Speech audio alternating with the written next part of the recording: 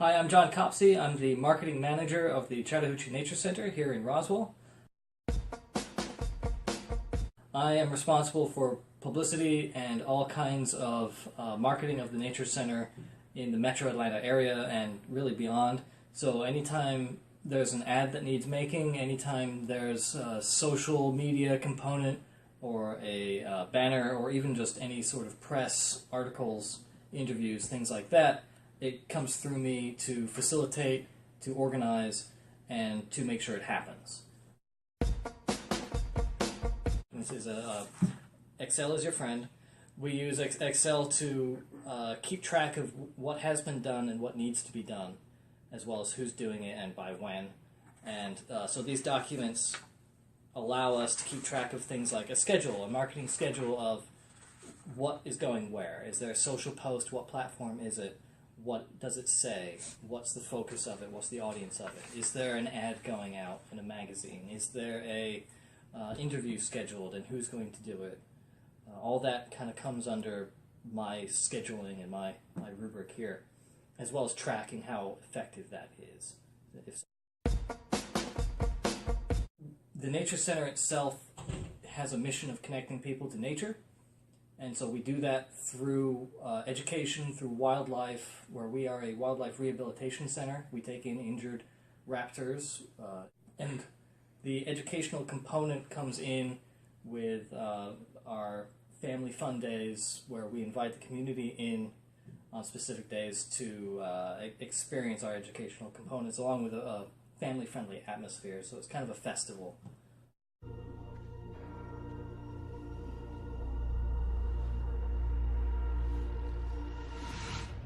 You never feel happy.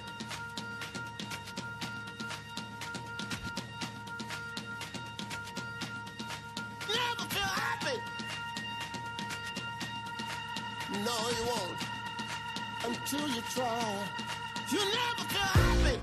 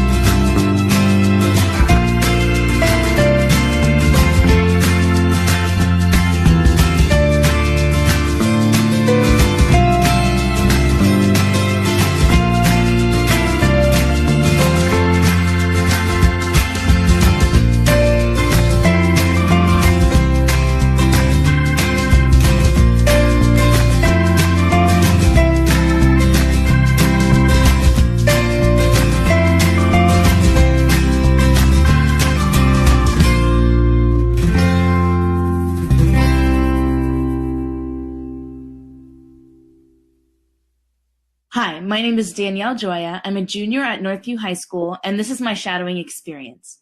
I would love to work in the field of communications when I grow up. Maybe head to the University of Florida or Florida State and be successful. Communication studies encompasses a range of topics from face-to-face conversation to mass media outlets such as television broadcasting. That's why for my shadowing project, I chose to shadow Heather Thompson, a public relations director at a company called DeNova here in Johns Creek. DeNova is the only company providing an innovative marketplace exclusively focused on connecting businesses to quality restaurants nationwide. Think of how the same businesses go on the same airlines because they have a deal with the companies. DeNova matches the same businesses to the same restaurants. So basically what I've learned is that in communications there are two branches, external and internal. External communication is the sharing of information between a business and another person or company. Public relations is a manner of external communication where businesses create positive images of themselves. At the time, Heather was creating a Christmas gift list for journalists to help promote DeNova in a fun way, so the journalists can write about them in upcoming news articles. Internal communication is the sharing of information between company members. Heather finds articles on DeNova using different sites to search for articles either published by business or restaurant journalists because the company has to do with both.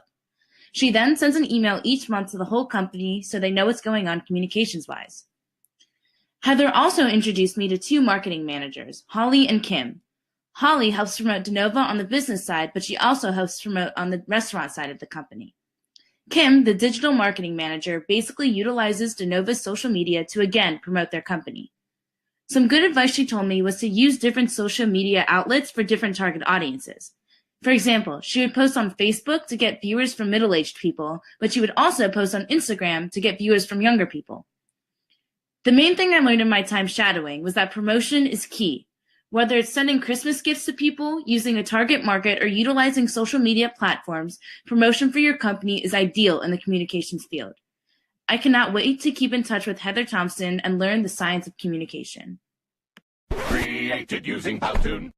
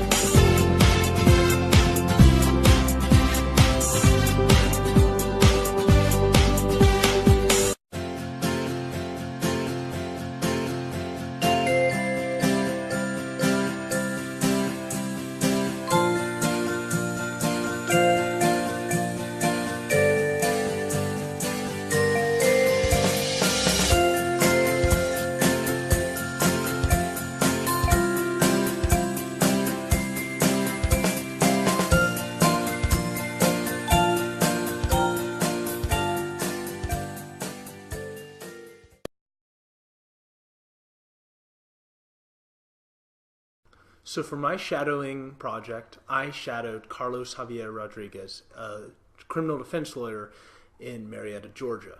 Now, Carlos is actually a family friend. Our parents were friends long before he or I was born, and he is now obviously older than I am, as he has been barred since 2010. He went to UGA for both undergraduate and law school, which is something I really admired and something that I think I may want to do, so that obviously helped us form a connection. Mr. Rodriguez currently works with his partner Max Kilgore in Marietta, Georgia. Now, Mr. Kilgore is far more experienced than Mr. Rodriguez, just in terms of nominal years. But at the same time, before Mr. Rodriguez was barred, Mr. Kilgore managed to see him in a mock trial setting and was so thoroughly impressed with him that they kept in touch, and once Mr. Rodriguez was barred, he was introduced as a partner for that law office, and they now have Max Kilgore and Carlos Javier Rodriguez law offices in Marietta, Georgia. Now, the reason that Mr. Kilgore was so impressed with Carlos Rodriguez was because he is just a undoubtedly talented lawyer. He has been named one of the top 40 lawyers under the age of 40 by the National Trial Lawyers Association. Although I was only able to see him in a hearing context rather than an actual trial, his command of the courtroom and his ability to fight for his client was just on clear display and truly incredible. So we started our day by me arriving early in the morning, and the first thing that Mr. Rodriguez and I did was watch a video gathering information about how the sheriff's department for Marietta, Georgia had acquired the arrest warrant for one Michael Reed. So we were simply looking at this video to find what evidence would likely be presented by the state for the trial of Michael Reed. But later that day, rather than having an actual trial, it was simply the bail hearing on whether or not Michael Reed would be permitted bail. So once we got to the hearing, many of the same things were said by the sheriff's department that were said in the video, so we were prepared to understand what was going to be said and have questions prepared for the member of the sheriff's department that was testifying that day. At the conclusion of the hearing, Mr. Rodriguez and I met with the stepfather of Michael Reed, with whom we discussed the case. He was obviously very emotional, and while I obviously wasn't doing much talking, Mr. Rodriguez was. It was a privilege to see the interaction between such a capable lawyer and the emotional distress that this man was obviously under. Once we had returned to the law offices, me, Mr. Rodriguez, and Mr. Kilgore all sat down in the meeting room and discussed possible defenses, inconsistencies in the evidence, and really any interesting insights that any of us had in relation to this case. And this was the highlight of the day for me, because I truly felt valued in my opinion. They would ask for any insights that I had, and when I spoke, they treated me with the same respect as they would someone else who had been barred by the state of Georgia. The level of mutual respect that was shared in that room made the experience unlike any other shadowing experience that I could imagine. At this point, it was getting late, so me and Mr. Rodriguez went to eat lunch at a local barbecue shop. While there, I began to ask him questions about the legal profession. Not only did he answer my questions candidly, but he still wanted my insights on to what he thought about these different scenarios and if I would have done something different. Not only that, but he also asked me about my personal life and where I desired to attend college and things of that nature. And that level of camaraderie that he exhibited towards me, I truly felt like I was talking to someone that respected what I was doing and was trying to cultivate my passion for this profession.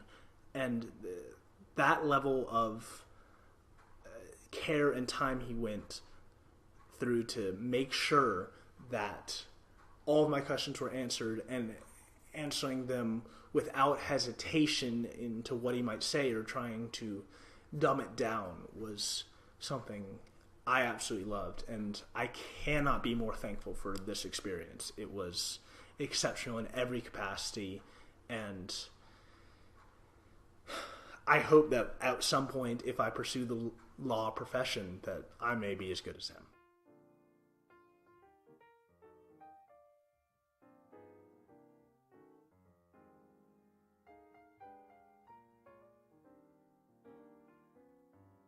My shadowing project was different in that instead of following someone around all day, I spoke to them about the minutiae of both their current position as well as the journey they took to get there. My shadowing mentor was Sarah Eade. She went to high school in the Johns Creek area and pursued her undergraduate at Duke University in electrical engineering. She also worked internationally for 2 years after graduating from college in London and collaborated with colleagues in Germany and other international countries as well. She is now back in the United States pursuing her master's degree at MIT for business analytics. I wanted to talk to her because I want to pursue an undergraduate degree in engineering and technology and was struggling with the application process. I was also really interested in her perspective about college after completing it and how college helped her attain and succeed in the working world. Sarah also had travel experience, working abroad for her job. I do not know many people in our area who moved overseas to work and wanted to know about the difference in culture both inside the workplace and out. We met at Starbucks on August 23rd to discuss in detail about her experience with college applications as well as her work experience. She is an alumni interviewer for Duke, so she could give me pointers on what colleges were looking for and what I should look for in a college if I decide to go. We also discussed her overseas experience. One life experience that I really want is to work at an international company. But I was worried about some of the logistics as well as the different company culture.